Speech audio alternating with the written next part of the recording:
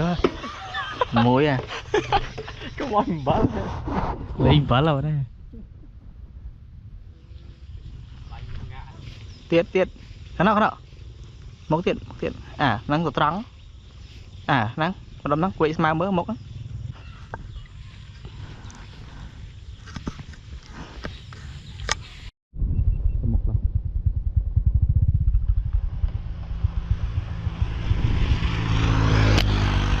để non một tí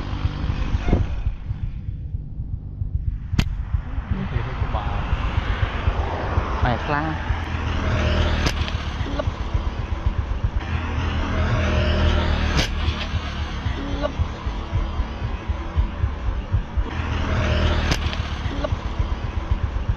không tập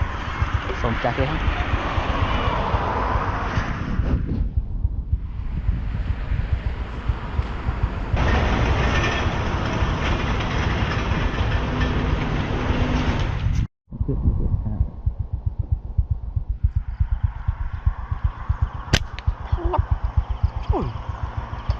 lẹ nữa ai con về má nè bao nhiêu lẹ có món phải nhà ơi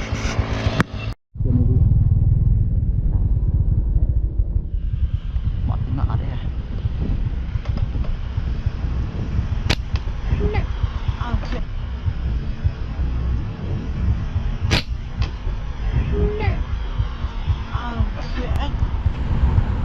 được bộ giặc kia cô bạn lẹ được giặc gì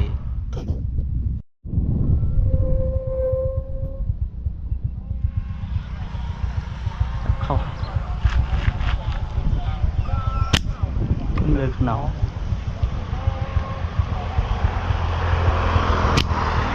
cầu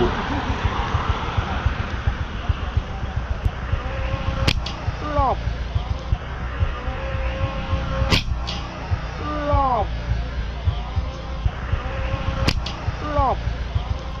tao nó khỏe chọt tật cái này em trong lần đi